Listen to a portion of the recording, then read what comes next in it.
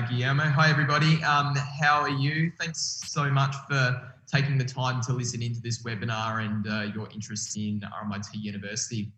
I'm Alex Thomson, RMIT University's Regional Coordinator of Americas and Europe, and today I'm going to talk about the university and what it has to offer you as students who are looking to apply for the Guatefuturo scholarship loan, study in Australia, and ultimately develop your career opportunities. So today's session will include an overview in RMIT, where I'll talk about why study in Melbourne, why study at RMIT, and I'll give an overview of the university and its faculties, which we call colleges. Also, applying to RMIT, where I'll give more information on entry requirements for Guatemalan students, our representative Australian option who's based in Guatemala, who you can use their services to apply to RMIT, some advice for a successful application, and the application process for students interested in either a Masters by Research or a PhD program. Also give an overview of the Guatefuturo RMIT Joint Scholarship Arrangement, and also then I'll pass on to Juan Jose Ramirez from Guatefuturo to talk more about the loan on their end. So just beginning with why study in Melbourne. The city's got a couple of international rankings. It's ranked as the second world's most livable city. Before that, it was the world's most livable city for 7 years in a row. And it's ranked as the third best student city in the world, and it's also ranked in the top 10 safest cities in the world. Alongside the rankings, it's a very vibrant and multicultural city. It's very safe and clean, and it's has an affordable lifestyle compared to Sydney, which is a lot more expensive. There are employment opportunities within many industries, and many multinational and Australian corporations based their headquarters in Melbourne compared to Sydney, which is the largest city. It is also the sporting capital of Australia, where there are many opportunities to watch live sports such as the Australian Open tennis, football, rugby, the Formula One Grand Prix, and our own form of football, which is known as Australian rules football. It's also for the people that love food and drink. It's a food heaven due to being very multicultural, and you're able to find any cuisine you wish. And we also have very great coffee here too for the coffee drinkers. So just a bit about on the cost of living in Melbourne. So the Australian federal government advises that a single international student requires approximately 20,290 Australian dollars per year for living costs. In this slide is an outline of what the weekly costs of living in Melbourne are. In the rent section, the costs are in relation to 3 campuses based in Melbourne. And this is a rough guide, so this will give you an idea on how much you should budget for weekly expenses. So within that list, there's electricity, gas and water, food, phone, internet, public transport, and entertainment as well. So why should a student study at RMIT? So we stand out compared to other universities in Melbourne and Australia due to our central location. We're located right in the heart of the city of Melbourne. We're also the largest institution in Australia with a long history, and we're globally recognised and connected through our campuses located in Melbourne. Also, we have 2 campuses in Vietnam, and we have a research study centre in Barcelona, Spain. RMIT focuses on practical learning, and we place a very strong emphasis on that, and that gives students the skills they need in order to enter the workforce. We're also strongly connected with industries, so all our teachers are experts in their field, and there's lots of opportunities for students to gain work experience, whether that's not in their program, it can be alongside it as well. So just a general overview. So we're, as I mentioned before, RMIT is Australia's largest tertiary institution, and we were founded in 1887 and established as a full public university in 1992. We have a student population of approximately 83,000 students, in which 26,000 of them are international students from more than 100 countries, and we also possess around 430,000 alumni that are spread across 133 countries. We are a top-ranked university, both in Australia and the world, and this is reflected in our international rankings. So some of these international rankings I'll give you an overview on. So we are ranked in the top 11 fashion schools in the world through the Business of Fashion rankings. And we're also the top fashion university in Australia. We're also 26th in the world for architecture and ranked in the top 3 architecture schools in the country. Also, we're the #1 art and design university in Australia and the 12th art and design university in the world. Also for communication and media studies, development studies, civil and structural and electrical and electronic engineering, and library and information management, we are among the world's top 100 universities in those disciplines. In regards to graduate employability, we're ranked 8th in Australia and 77th in the world. So we do have a good track record in getting our graduates out into the workforce and employed. RMIT has 5 campuses. As I mentioned earlier, we've got 3 of these based in Melbourne, and 2 of these are based in Vietnam, in the cities of Ho Chi Minh and Hanoi. So today, we'll focus on the 3 campuses that are situated in Melbourne. So RMIT's largest campus is the City campus, and has a student population of around 50,000 students. The majority of disciplines are taught here, so everything from business to architecture, art, design, media communication, some engineering disciplines, information technology, game design, all our social work courses are taught there, and many more. As mentioned earlier, we're relocated right in the heart of Melbourne, and campus is surrounded by public transport, and we have options in Melbourne such as the train, tram and bus. There's lots of accommodation options that are a short walking distance away from the campus, and there's lots of shopping centres, cafes, bars, restaurants, museums, art galleries and parks that are all very close by as well. So Brunswick Campus, this is our smallest one in Melbourne. We have close to 2,500 students studying on this campus. It is located in a multicultural neighbourhood called Brunswick, and it has specialised facilities for textiles, technologies, fashion design and merchandising, and product development. So the neighbourhood Brunswick, that's located around 20 minutes from Melbourne's city centre, and it's very accessible by public transport, namely train and tram. Bus routes go nearby the campus as well.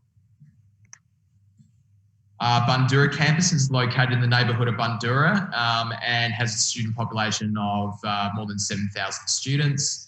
The neighbourhood's located 45 minutes from Melbourne city centre and is accessible by tram and train from the city centre as well. The campus has specialised facilities for automotive and aerospace engineering, biological sciences, Chinese medicine, mechanical engineering, medical radiation, nursing, and pharmacy and pharmaceutical sciences. The RMIT offers programs all the way from certificate diploma all the way up to PhD across a large suite of disciplines, everything from architecture, art, biomedical sciences, building and construction, business, media and communication, community services, design, education, engineering, fashion, game design, health science, IT, law, and science. So all of these disciplines sit under, as I mentioned, 3 college faculties, which we call colleges. So they're known as the College of Business. So all our business courses are taught under that faculty. And then also the design and College of Design and Social Context. So architecture, media and communication, fashion, urban planning, games and animation, property construction, project management are all taught under this faculty. And also our College of Science and Engineering and Health. So pretty straightforward. All our engineering, science and health disciplines are all taught under this faculty. So yeah, this slide is just to give you an overview where all these disciplines sit under the 3 faculties. So what makes our colleges, 3 colleges, unique compared to other similar faculties of Australian universities in Australia? So I'll begin first with the College of Design and Social Context. So what makes one of the big standouts is our international rankings. So as I mentioned before, we're ranked first in Australia and 12th in the world for art and design. Secondly, we have world-class facilities in media communication, namely RMIT's Media Precinct, which is a purpose-built student facility which has world-class design, animation, television, radio and film studios. So it has event spaces such as the media portal, and the actual precinct itself has the ability to live stream and broadcast on free-to-air television.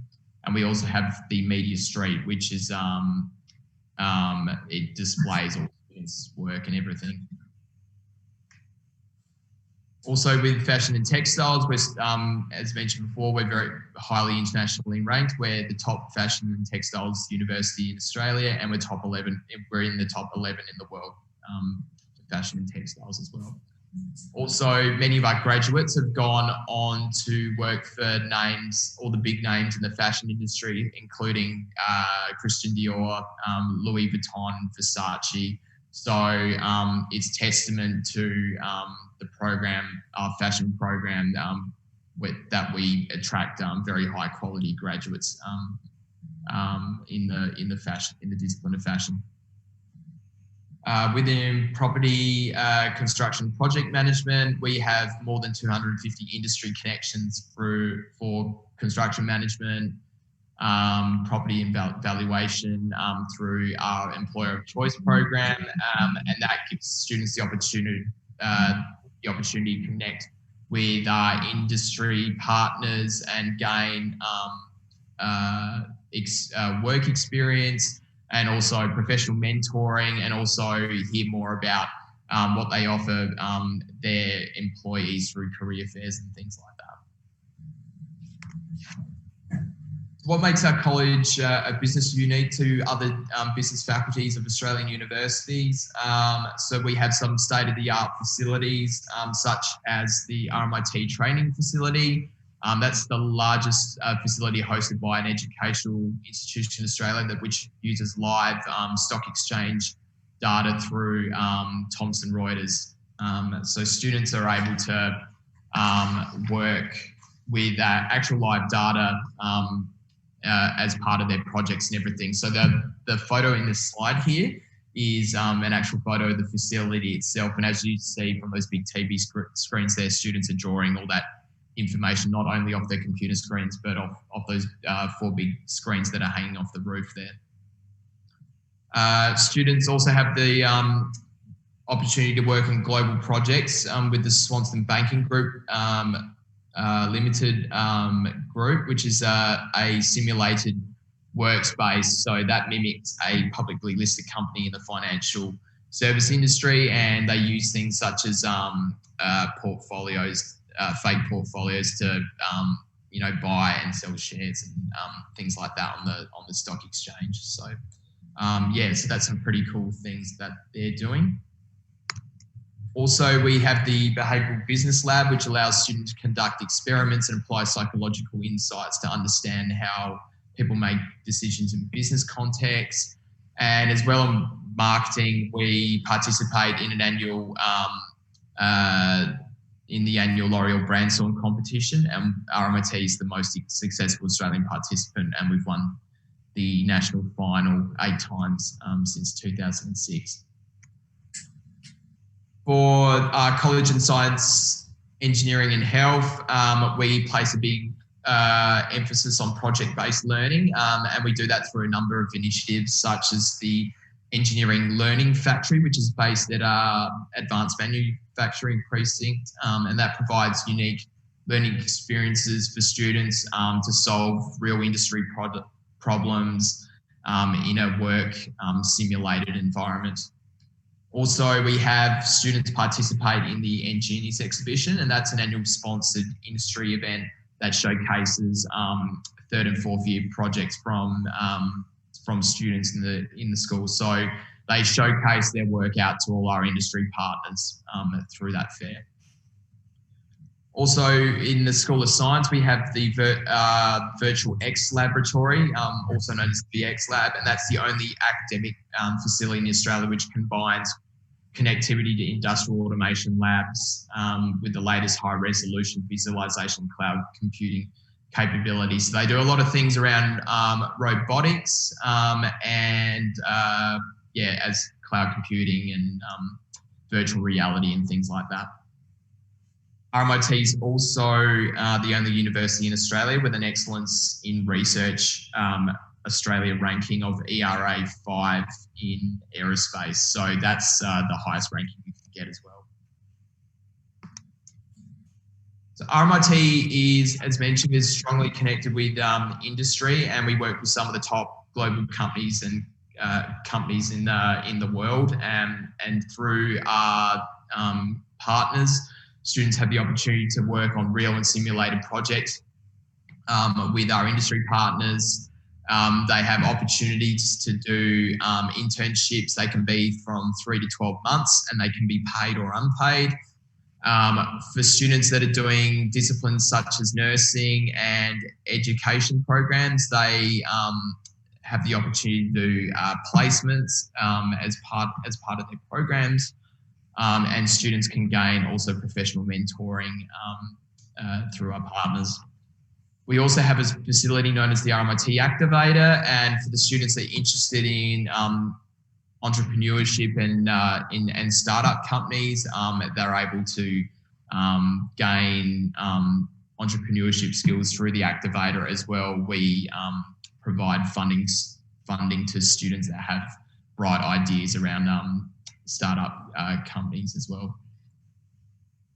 So just to give you a bit of an idea for internship opportunities, some of our students have gone and undertaken internships with companies such as Adidas, Audi, Bayer, BMW, Boeing, Chanel, Google, KPMG, Lufthansa, United Nations, and Volkswagen. So yeah, we work with some big multinational corporations, and as well as government and non-for-profit organisations as well. RMIT has a number of support services for international students to ensure that they feel at home and to ensure their experience at RMIT is a great one. So some of the services that are available to international students are around working careers. So we have a careers office known as the Job Shop, and they have support staff that are able to help students with progressing their career, and they're able to assist with giving advice on preparing your CV and developing your interview skills. They also advertise jobs on campus and also jobs out that are out within Melbourne as well. Also, we have staff that provide support around housing accommodation, and also we have on-site student counsellors for students that may be whether they're homesick or maybe facing personal difficulties whilst in Australia. We have on-site counsellors where students can see free of charge. We also have support staff to provide advice around financial support and budgeting for students that may be facing financial difficulties. We have support staff for students for disability and long-term illness. And we also now have on campus an on-campus medical clinic, which is known as Medical Hub at RMIT, and you're able to go and visit there for cheaper rates compared to seeing a doctor, a normal doctor out in Melbourne. There are a number of accommodations for international. There are a number of accommodation options for international students in Melbourne, and we have options that cater all budgets. So there's purpose-built student accommodation, and we work with a number of approved providers, such as Journal Uni Place, RMIT Village, Igloo, Urbanist, and the Student Housing Company. There's also the options of flat share or renting through shared accommodation or private rental as well. We also work with a number of providers who offer homestay options for students, which is where you would go and live with a family. So we work with a number of providers that provide homestay options. RMIT offers a free airport pickup service for when commencing RMIT students first arrive in Melbourne to take them to accommodation. So even if you have family living in Melbourne, our free airport pickup service can take you to your family's residence here in Melbourne as well. So I'll now provide an overview of applying to RMIT with information on the general entry requirements for Guatemalan students for programs relevant to our joint scholarship agreement with Guatefuturo. And I'll also cover how you can use our services of our representative based in Guatemala, some advice on preparing a successful application, as well as information on the application process for students who are interested in studying either a Master's by Research or PhD program. So the general academic entry requirements for Guatemalan students. So for either a Master's by Research or PhD, so I'll touch on the first bullet point, which is generally for students who are interested in studying a Master's by Research. So the academic entry requirement would be having studied a bachelor degree requiring at least 4 years of full-time study in a relevant discipline, awarded with honours. The degree should include a research component comprised of either a thesis or other research projects or research methodology courses that constitute at least 25% of a full-time academic year. And a student must have achieved at least a distinction average in the final year. For students looking to do a PhD, you generally would need have completed a master degree, which includes a research component comprised of at least 25% of a full-time academic year with an overall distinction average. Or if you haven't done a research component, we can consider you with a master's degree, but you would need at least a high distinction average. So the minimum English language proficiency requirements to enter into either a master's by research or PhD program is in this slide here.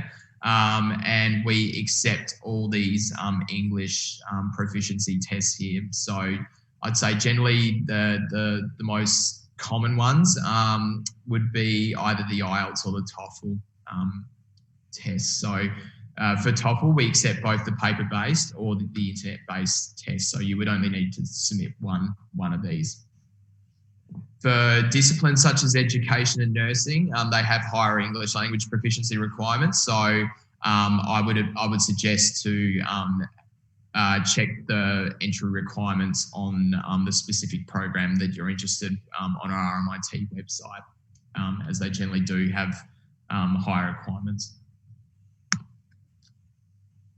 One of the ways you can apply is through our representative based in Guatemala, Australian Option, and Australian Option can assist you with not only the application process, but certifying the required documents needed to make the application.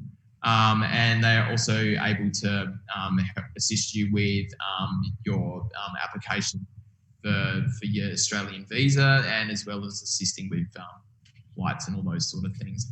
I've included a slide, a link at the bottom of this slide, so you're able to find their contact details on there.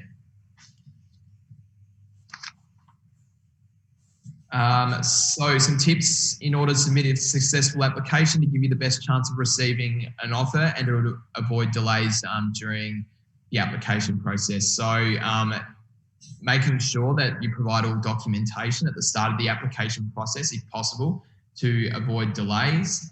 In the slide is a list of documents that is needed for the application. So copy of passport, official academic transcripts for all qualifications undertaken or started, and these need to be official documents.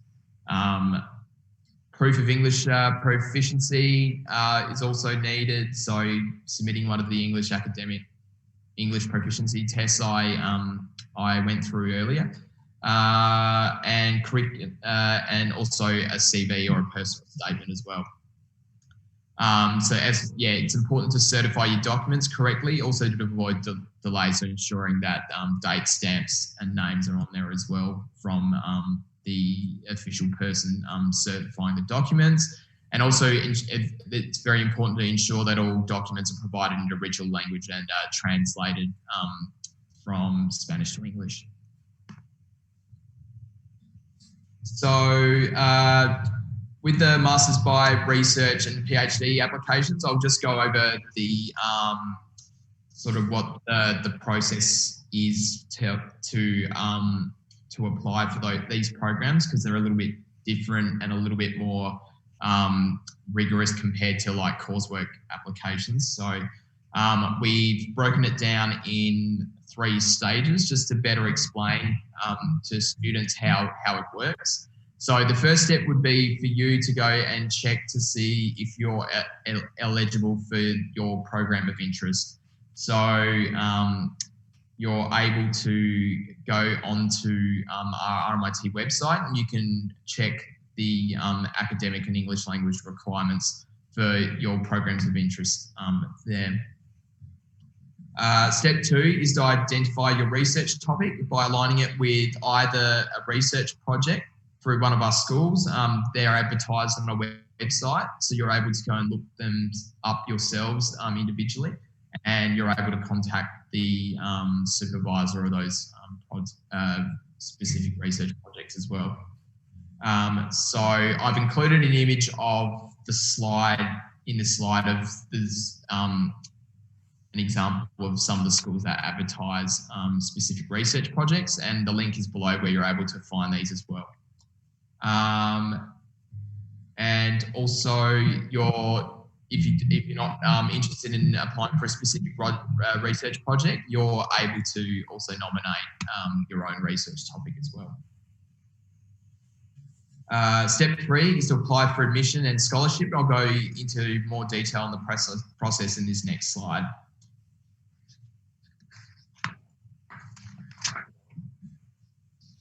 So for applying either a Masters by Research or PhD program, the process is 2 stages. So stage 1 is the submission of an expression of interest, and stage 2 is the submission of application.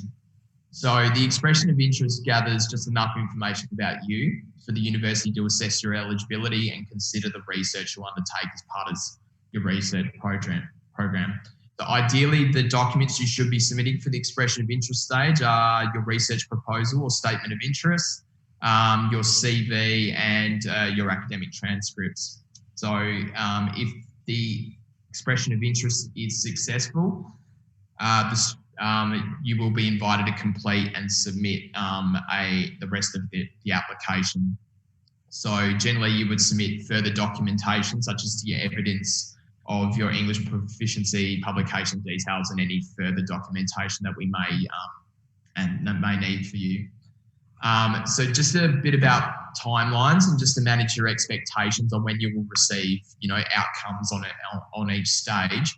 So we generally advise up to 4 weeks for an outcome of your expression of interest. So I would encourage you to submit the expression of interest well in advance of when you expect to commence your study. And generally the second stage where you submit a full application, generally that's a lot quicker than the 4 weeks because we have already the majority of the documentation for that. The RMIT has a joint scholarship arrangement with Guatefuturo, which aims to provide financial assistance to talented Guatemalan students who want to pursue Masters by Research and PhD programs at RMIT. So in the next few slides, I'll provide an overview of the scholarship, the eligibility requirements, and how to apply for it. So our joint scholarship arrangement with Guatefuturo provides 300% scholarships on tuition fees for Masters by Research or a PhD program.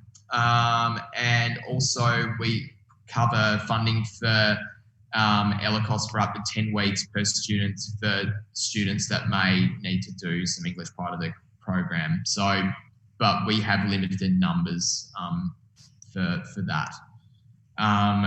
And so that's what RMIT commits as part of the arrangement. And then Guatefuturo provides up to a total amount of $25,000 per year for a maximum of 2 years to cover any remaining tuition fees, your overseas student health cover, living costs, and other related costs. And then students will be required to provide additional living costs beyond the 2 years that are covered by Guatefuturo, and will be responsible for arranging the following, such as visa and associated expenses, payment of student services and amenities fees, and accommodation, travel, books, equipment, and other expenses. To be eligible for the joint scholarship, students must be a citizen of Guatemala, have an offer for a Masters by coursework or, for a Masters by Research or PhD program at RMIT, be an awardee of the Guatefuturo scholarship loan and commence full-time enrolment as an onshore international student.